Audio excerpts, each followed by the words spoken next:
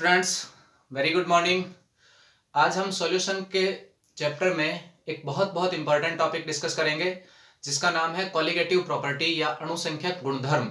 अणुसंख्यक गुणधर्म का मतलब ये होता है कि इसमें विलयन के जो कुछ स्पेशल गुण है जो उसमें अणुओं की संख्या पर डिपेंड करता है। यानी कि विलयन कैसे बना, एक होता है शुद्ध विलायक, प्योर सॉल्वेंट, और उसके अंदर जब हम कुछ सॉल्यूट मिलाते हैं, कुछ विलेय मिलाते हैं, तब वो सॉल्यूशन बनता है। तो सॉल्यूशन जो है उसमें विलेय के कण कैसे हैं, प्योर सॉल्वेंट के अंदर आपने जो सॉल्यूट डाला है उसके नंबर ऑफ पार्टिकल कितने हैं, कुछ प्रॉपर्टी उसकी संख्या पे डिपेंड करती है, उसकी क्वालिटी पे डिपेंड नहीं करती। कर भी सकती है, नहीं भी करती है, बट उसकी क्वांटिटी पे जरूर डिपेंड करती है। ये जो प्रॉपर्टी होती है उसको हम बोलते हैं कॉलिगेटिव प्रॉपर्टी या अणुसंख्यक गुणधर्म। नाम से ही पता चल रहा है अणुओं की संख्या कॉलिगेटिव है ना। कॉलिगेटिव का मतलब ही होता है नंबर्स, अणुओं की संख्या, नंबर ऑफ पार्टिकल्स है ना, उस पर डिपेंड करती है। इसके अंदर हमारे पास में 4 मेन टॉपिक आते हैं, जिसके अंदर पहला टॉपिक होता है वाष्प दाब में आपेक्षिक अवनमन, यानी relative lowering in vapour pressure. इसको अपन शॉर्ट में RLVP लिखेंगे। दूसरा होता है क्वथनांक में उन्नयन, एलिवेशन इन बॉइलिंग पॉइंट।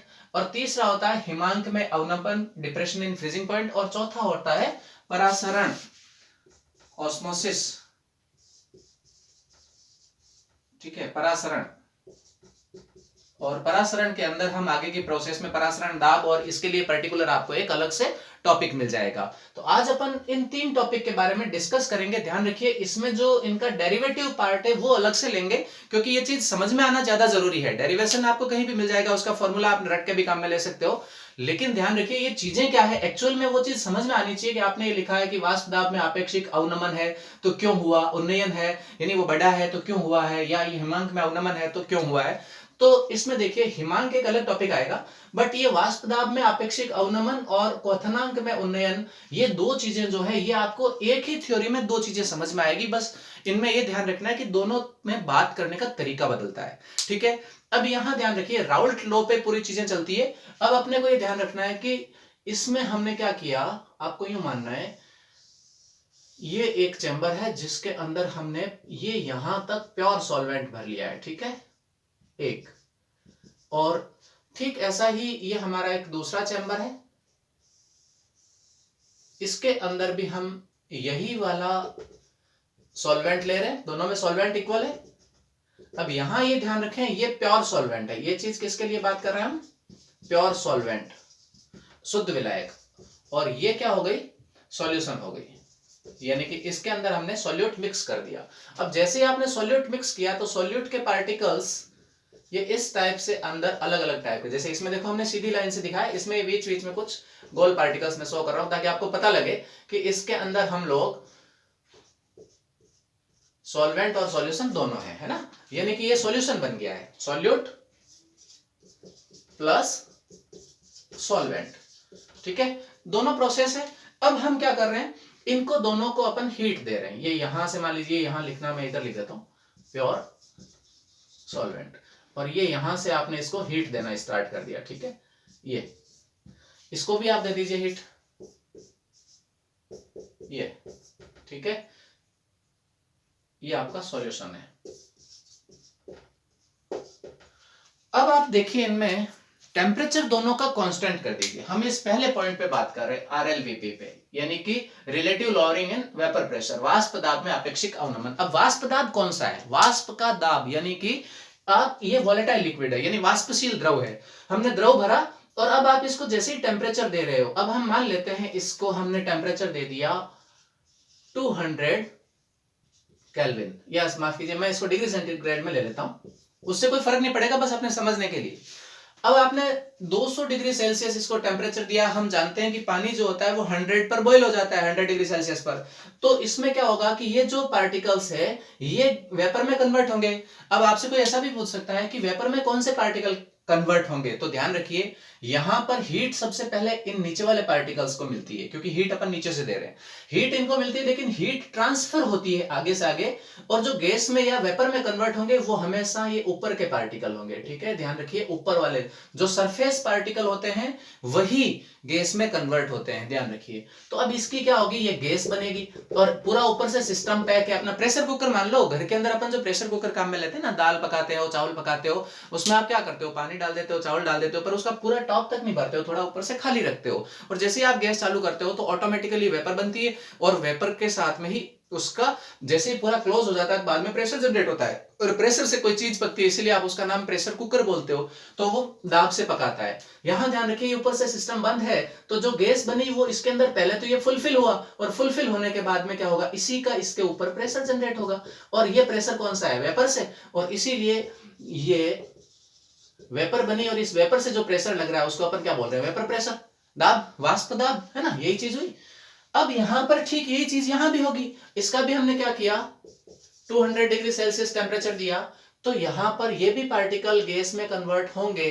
अब देखिए यहां ध्यान रखिए चीज दोनों में एक जैसी हो रही है, काम दोनों में हम एक जैसे ही कर रहे हैं, बस एक चीज हमने कांस्टेंट क्या कर दी कि आपका जो टेम्परेचर था उसको हमने कांस्टेंट रखा, ताप दोनों का बराबर कर दिया, यानी कि शुद्ध विलायक का ताप भी और विलयन का ताप भी। अब विलयन में आपने क्या किया, देखो लिक्विड तो वही था, लेकिन आपने इसके अंदर नॉन वॉलेटाइल अशुद्धि, इंप्योरिटी, हम इसमें बुक में आपको एक वर्ड मिलेगा नॉन वॉलेटाइल इंप्योरिटी, मतलब आपका जो अवाष्पशील, अवाष्पशील क्या होता है, ठोस, तो अवाष्पशील अशुद्धि मिला दी, यानी आपने जो विलेय मिलाया है, सॉल्यूट मिलाया है, वो आपका कैसा है, इसमें आप यूं मान ले कि ये आपका जो सॉल्यूट है वो तो है आपका सॉलिड, और जो आपका सॉल्वेंट है वो है आपका लिक्विड, है ना। तो अब यहां मुझे आप ये बताइए, जैसे इसमें हमने टेम्परेचर दिया, टेम्परेचर दोनों का इक्वल है, तो सारे के सारे पार्टिकल ऊपर जो टॉप सरफेस थी वो किसकी थी, लिक्विड की थी, लिक्विड सारे के सारे किस में कन्वर्ट हो गए, गैस में। लेकिन यहां देखिए, यहां जब आपने इसके अंदर कोई सॉल्यूट यानी सॉलिड घोल रखा है, तो सॉलिड के पार्टिकल भी तो सरफेस पर है, तो जब सॉलिड के पार्टिकल सरफेस पर है तो जितने पार्टिकल लिक्विड के इसमें थे उतने टॉप पे इस पे नहीं है, क्योंकि कुछ जगहों पर क्या हो रहा है, सॉलिड के पार्टिकल बीच में आ रहे हैं, इसका मतलब लिक्विड कम है। तो गैस में कौन बदलेगा, जो आपके लिक्विड के पार्टिकल है, वोलेटाइल है, वो ही तो इसमें गैस में कन्वर्ट होंगे, वेपर प्रेशर में, वेपर में। तो कुछ पार्टिकल सॉलिड के आ रहे हैं जो कि आपका डायरेक्ट वोलेटाइल नहीं हो पाएगा, यानी वो गैस में कन्वर्ट नहीं हो पाएगा, वेपर नहीं जनरेट करेगा, वो लिक्विड में आ सकता है लेकिन वो ठोस रह रहा है, यहां पर वो गैस में कन्वर्ट नहीं हो रहा है। बस इससे आप एक थोड़ी सी इमेजिन कीजिए कि मान लेते हैं हम 200 डिग्री सेल्सियस पर यहां जो इसका जो दाब बना था वो हम मान लेते हैं 2 बार, है ना, या 2 atm, 2 बार जो दाब बना था वो बना कितना, 200 डिग्री सेल्सियस पर 2 बार जनरेट हुआ।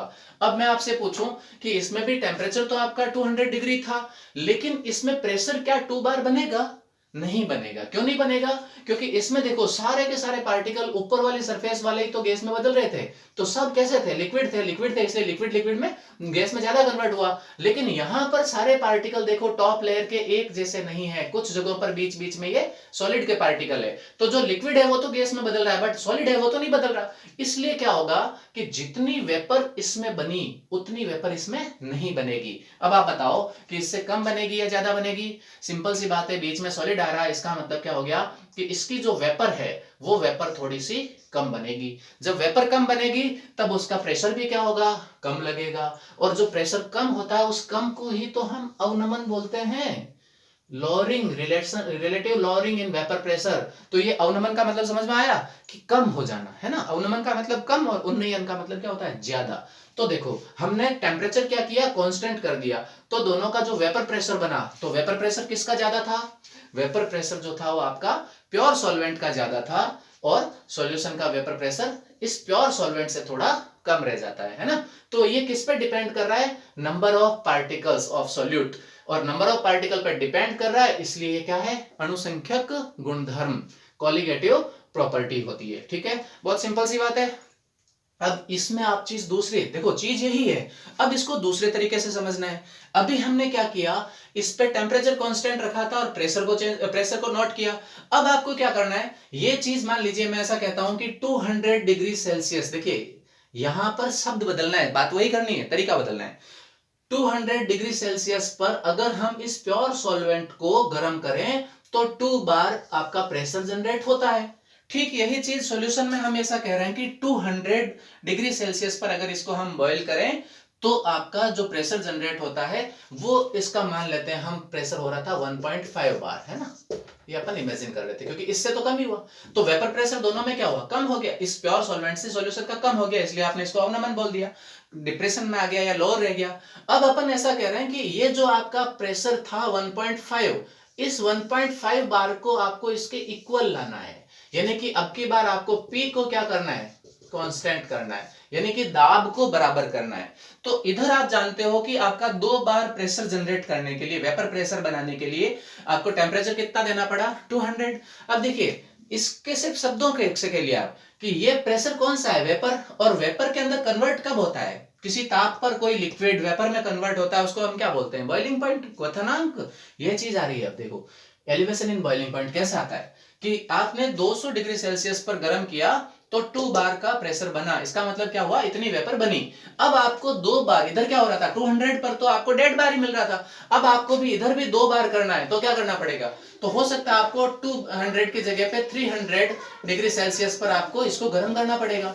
तो ये क्या था, इसका पहले आपने बॉइलिंग पॉइंट कितना रखा था 200 पर आपका प्रेशर कितना बन रहा था 1.5 बार, लेकिन आपको इस 1.5 बार को 2 बार में कन्वर्ट करना है, 2 बार में, तो क्या होगा, आपको इसका इसका टेम्परेचर बढ़ाना पड़ेगा, तो हमने कितना कर दिया 300।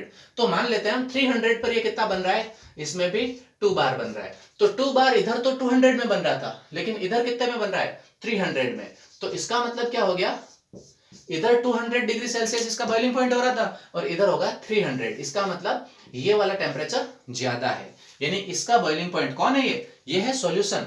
तो सॉल्यूशन का बॉइलिंग पॉइंट है वो आपका सॉल्वेंट से ज्यादा है। तो दोनों का डिफरेंस अगर हम निकालें तो देखो डेल टी बी, डेल का मतलब उसमें चेंज कितना आ रहा है, टी क्या है टेम्परेचर, और बी का मतलब बॉइलिंग पॉइंट हो गया ये, तो बॉइलिंग पॉइंट में ये है आपका सॉल्यूशन टी बी, और इसमें से माइनस किसको कर दिया, टी नॉट बी है प्योर सॉल्वेंट के लिए। तो आपका सॉल्यूशन का जो बॉइलिंग पॉइंट होता है वो प्योर सॉल्वेंट से ज्यादा होता है, और ज्यादा होने को ही हम क्या बोलते हैं, उन्नयन, इसीलिए इसका आ जाता है क्वथनांक में उन्नयन। तो इन दोनों में या तीनों में ये ध्यान रखिए, आपको सिर्फ और सिर्फ इनकी कंपैरिजन करनी है, किसकी, प्योर सॉल्वेंट की और सॉल्यूशन की, शुद्ध विलायक में और विलयन के अंदर तुलना करनी है, ठीक है। ये बहुत आसानी से एक में ही दोनों टॉपिक समझ में आ जाता है। बाकी इसके अंदर आपको ये ध्यान रखना है, इसका पूरा डेरिवेशन है दोनों का, तीनों का है, इस हिमांक वाले का भी, लेकिन अभी मैं आपको सिर्फ इंट्रोडक्शन समझा रहा हूं ताकि आपको चीजें समझ में आ जानी चाहिए, डेरिवेशन हो जाएगा बाद में आराम से। अब तीसरी और इंपॉर्टेंट चीज आती है हमारे पास में हिमांक में अवनमन, डिप्रेशन इन फ्रीजिंग पॉइंट। इसमें क्या होता है ध्यान रखिए, इसको आपको एक अपन घर के एग्जांपल से समझने की कोशिश करते हैं। अब देखिए जैसे हम फ्रीज में कोई कुल्फी जमाते हैं तो 5-7 घंटे का टाइम लगता है।